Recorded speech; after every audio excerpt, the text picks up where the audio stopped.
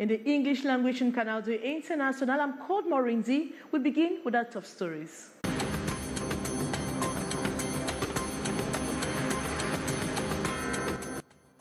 The final journey to eternity of legendary chairman John Fru Ndi begins this Thursday, July 27. His mortal remains were removed a while ago from the Yaoundé Hospital mortuary this evening, with the head of state represented by Jean Cliquez, Secretary General of the CPDM party.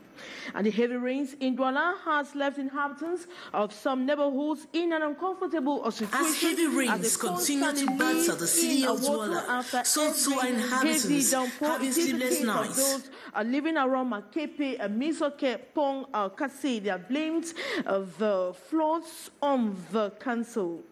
And various African leaders are currently taking part in the second Russian-African Summit and Economic Forum holding in St. Petersburg in Russia. Those are major stories, details right ahead.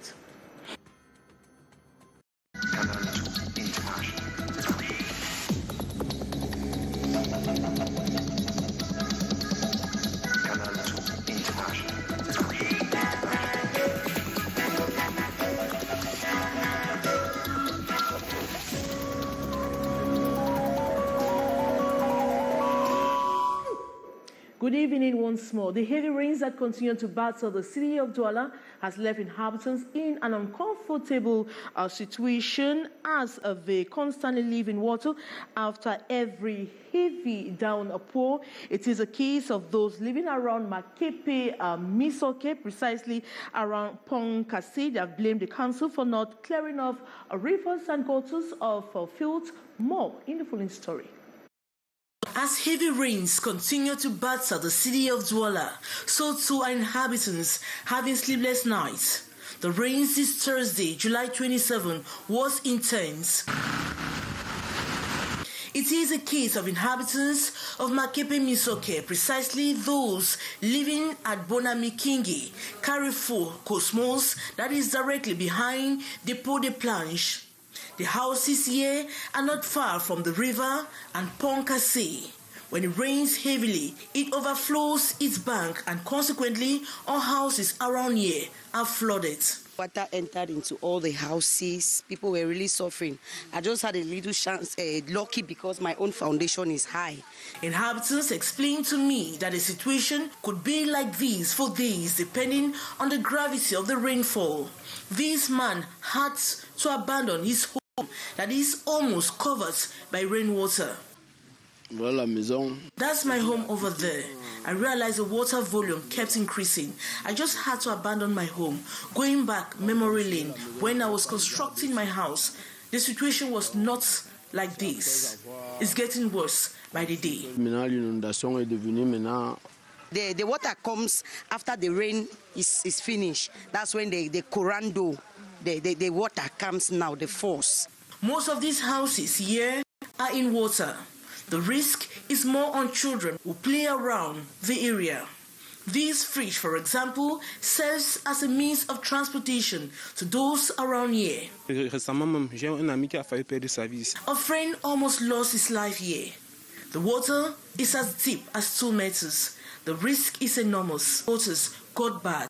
Ever since then, we have been in constant floods. The bridge is being blocked with dirt. I don't know, for a long time now we see dirt everywhere, and it's blocking the passage of the water. Inhabitants blame the council for neglecting the zone. They plead for concrete actions as the heavy rains continue to pound the city of Douala. And on behalf of the head of state and wife Chantal Biya, the governor of the northwest region of Cameroon, in company of his wife Lele Lafrique Corinne, was this Thursday morning laid a reef of lands at the place where suspected separatist fighters summarily executed 10 people in Bamenda. That was recently. The move follows along a meeting with family members of the victims at the governor's office station, during which a message of compassion of the presidential couple, Mr. and Mrs. Chantal Biya, was transmitted to a representative of the bereaved families. Let's take a listen.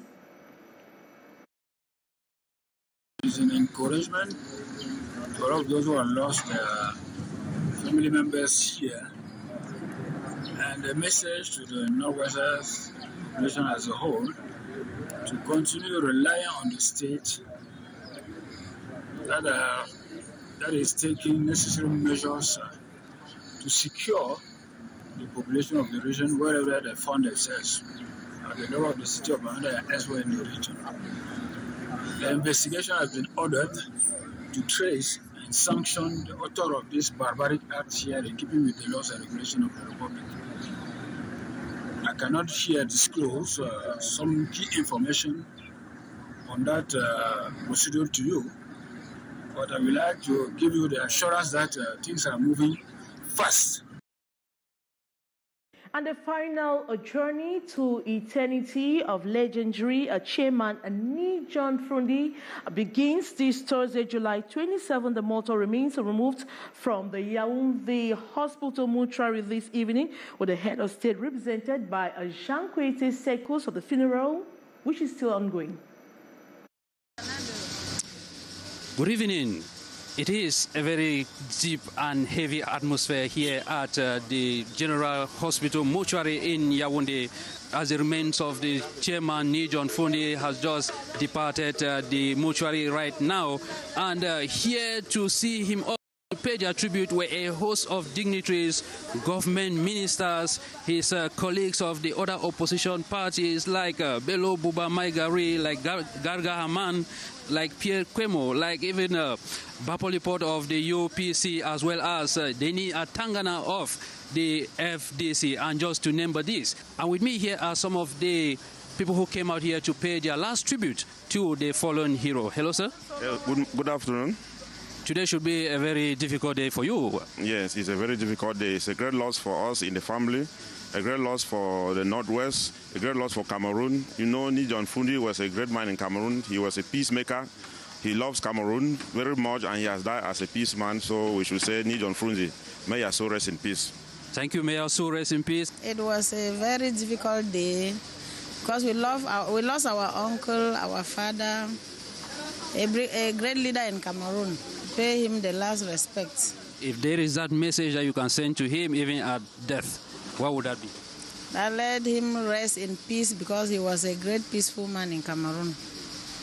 Thank you so much. And we equally have militants of his party, the Social Democratic Fronts, that are here in their numbers to pay their last tribute to the legendary John Fru Ndi. Hello, sir. Good evening. A very heavy heart, a very, very heavy heart. A Baobab has gone. In few words, what could his departure mean to you?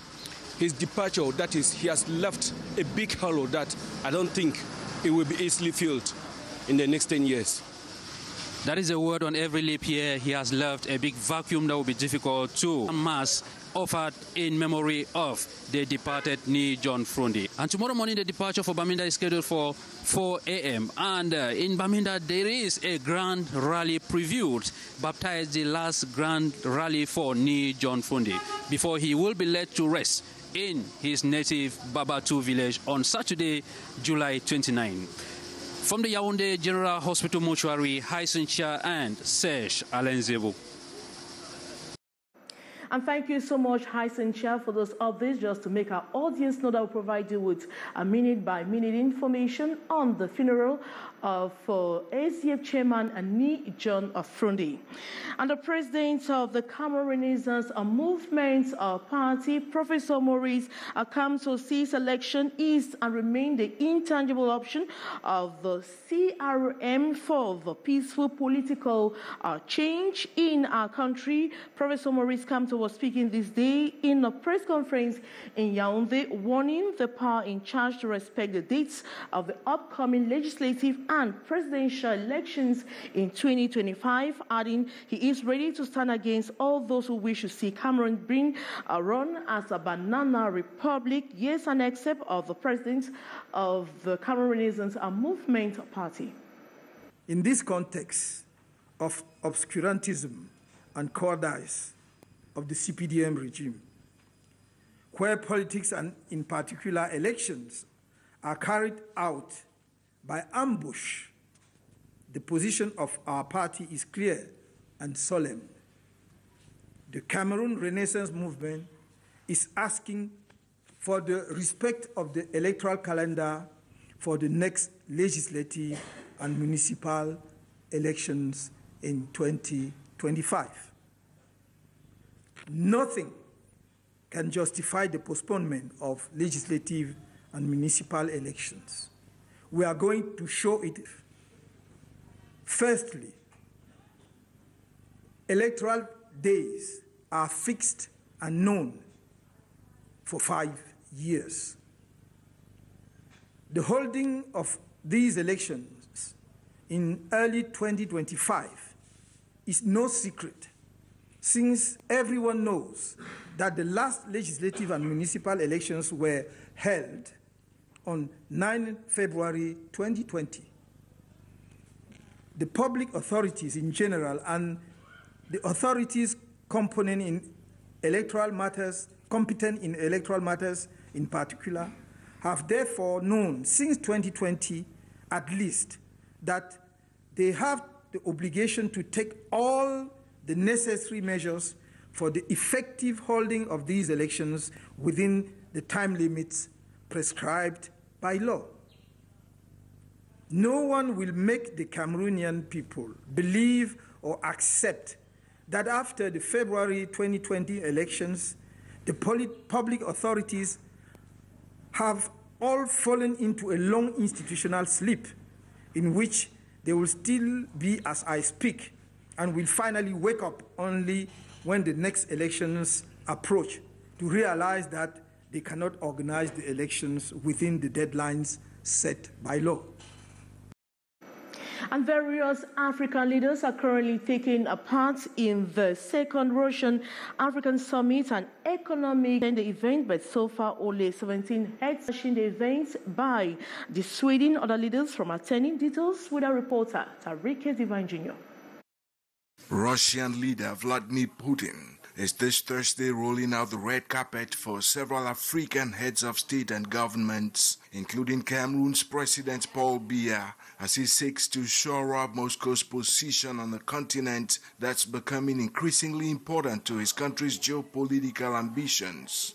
Apart from the ongoing war in Ukraine, food security will be high on the agenda of the second Africa-Russia summit, scheduled to span 2 days in St. Petersburg, especially after Russia's decision last week to withdraw from an international grain deal.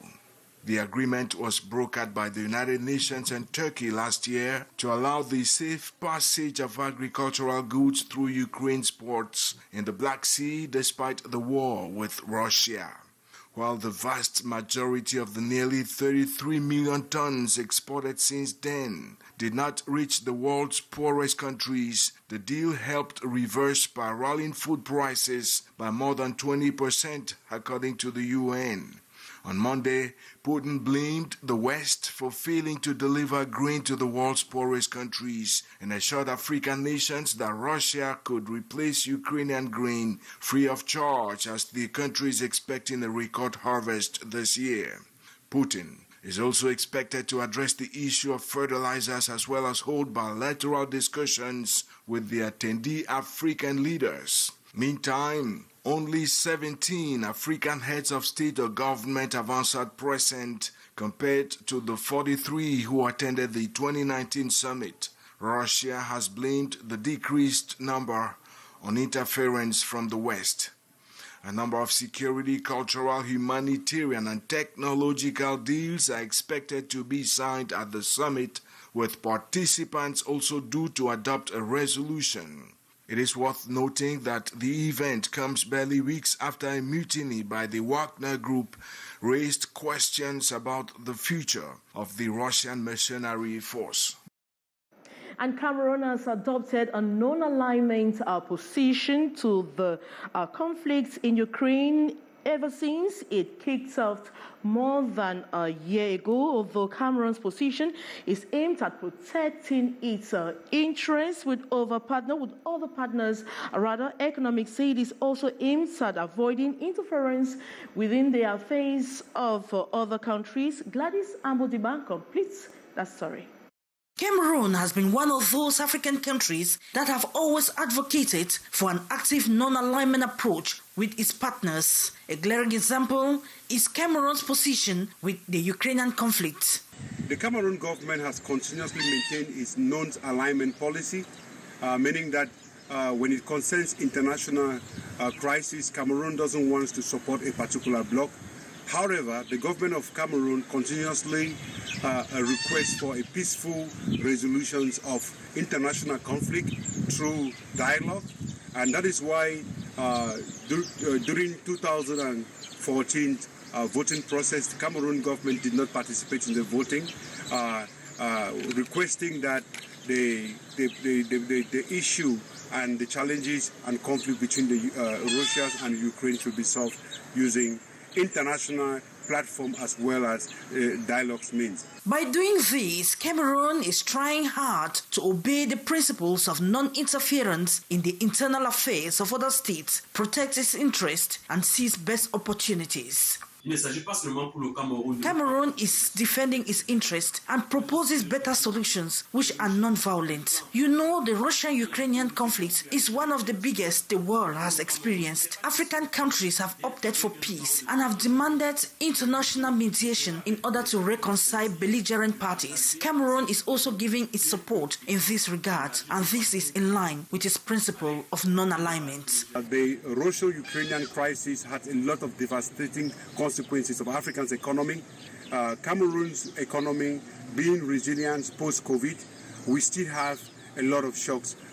We hope that with the African Continental Free Trade, we will be able to subsidize and find African solutions for African problems. With the ongoing Russian-African Summit in St. Petersburg, Russia, Cameroon intends to finalize steps taken to attract Russian investment to Cameroon and increase the volume of trade with its partners, as well as find new outlets for the implementation of the National Development Strategy for the period 2020 to 2030 in order to achieve its emergence.